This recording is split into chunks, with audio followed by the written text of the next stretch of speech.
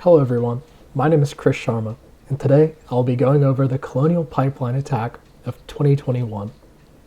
In this presentation, I'll be going over the significance of the attack, why it's important to study, and the background, who was responsible, the attack itself, the timeline, and the attack vector, as well as the results and consequences.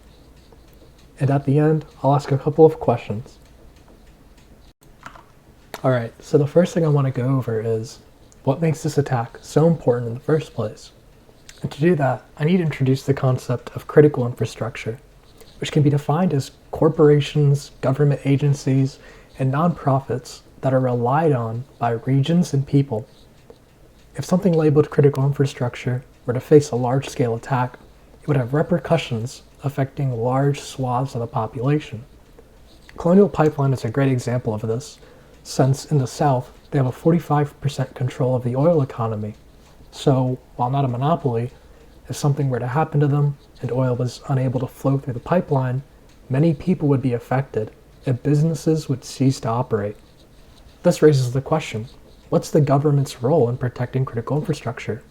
What policies need to be passed to keep security standards high enough so that an attack like this never happens again?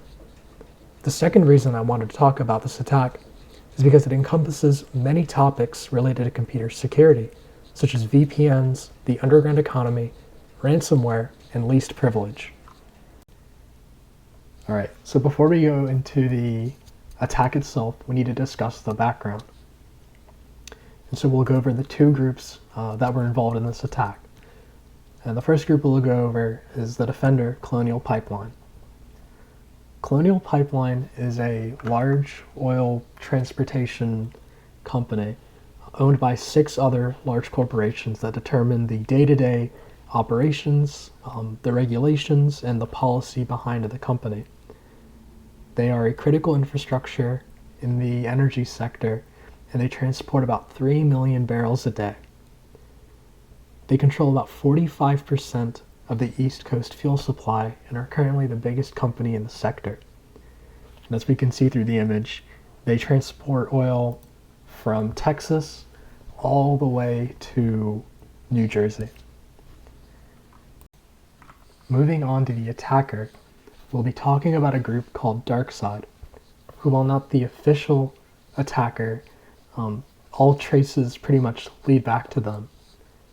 They are a very new organization coming about in about 2020 and have a unique business model where they provide ransomware as a service, coding up this ransomware attack and then selling them to independent actors after a screening process full of interviews. Their service is also unique in that they franchise their name out to attackers as well, allowing anyone who buys their programs to use their name. From what we know, they are stationed in either Russia or Eastern Europe, as they tend to ignore those regions and instead focus on hacking the United States and other countries outside of Eastern Europe. Other things we can tell is that they are motivated by money, as they often perform ransomware attacks, keeping data hostage but not leaking it, and as of this date, they have only ever released the information of one company, instead choosing to keep the money and donating them to charities. To fully understand the attack, we need to go over OT and IT systems.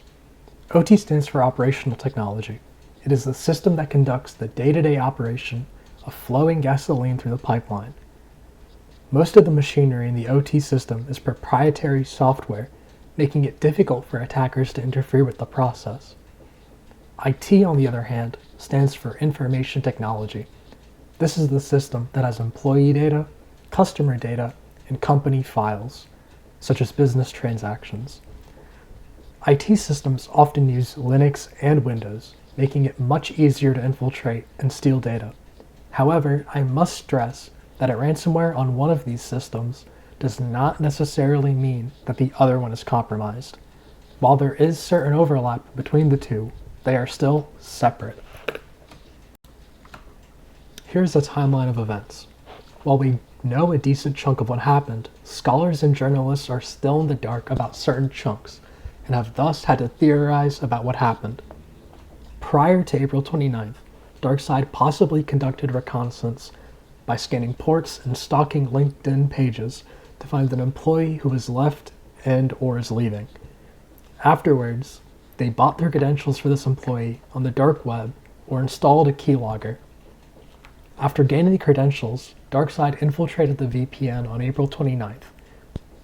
While VPNs are great for keeping unwanted users out, they fail in being a zero-trust network, since once someone has access to it, they have the complete authority to do whatever they want within it. To clarify, DarkSide had access to the IT section of the network, having important emails and business transactions. When an employee came into work the next day, they saw a ransomware on their screen asking for $4.4 million to release the IT system. In doing so, he then contacted upper management looking for answers.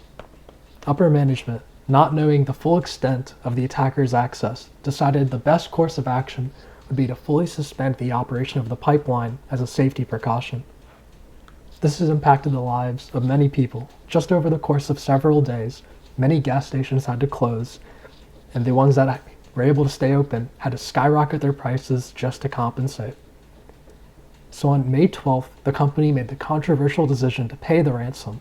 The data was not given back to them or released on the internet, but the control of the IT system was fully returned.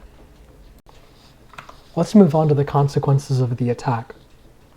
First, gas prices crept to, and then eventually surpassed, $3 a gallon, which today might not seem like the biggest deal, but during this time, this was unprecedented.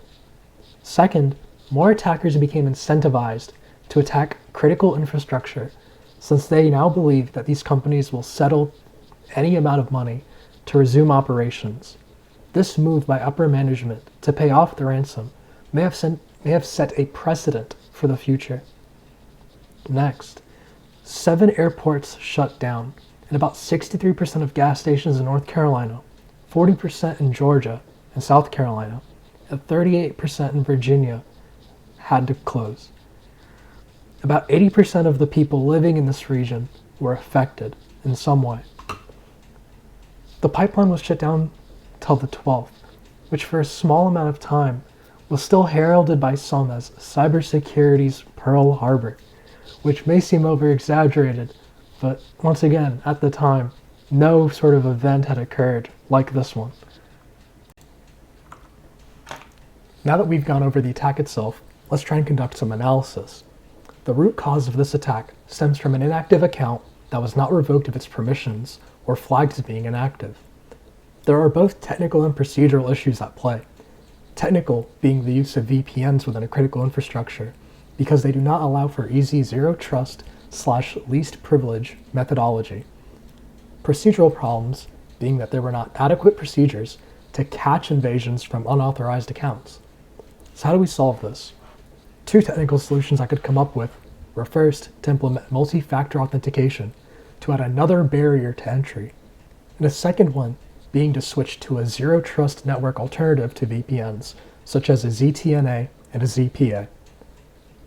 For procedural solutions, you could make a more effective internal review system where inactive accounts would be flagged after they leave the company, and this would trigger an alarm if they tried to re-enter the system. While the pipeline is still up and running, the government took this as a wake-up call and began bolstering the security of their operations and systems, and looked to make further policy which would secure critical infrastructure as well. This leads to a very important question. Who bears the burden of this responsibility? Using a deontological framework, I would say it's upper management, as they chose to actually pay the ransom, setting a precedent that these companies would be willing to pay any price. While workers in the IT sector of Colonial may be somewhat accountable, it is the upper management that passes the policy they implement. In conclusion, having a zero-trust policy is important to defend against cyber attacks. VPNs are not as safe as we think they are due to their all-or-nothing implementation. they must be backed up with a proper review service to remove vulnerabilities. Multi-factor authentication is the future. It secures so much by having a user have to complete an action in order to gain access to an account.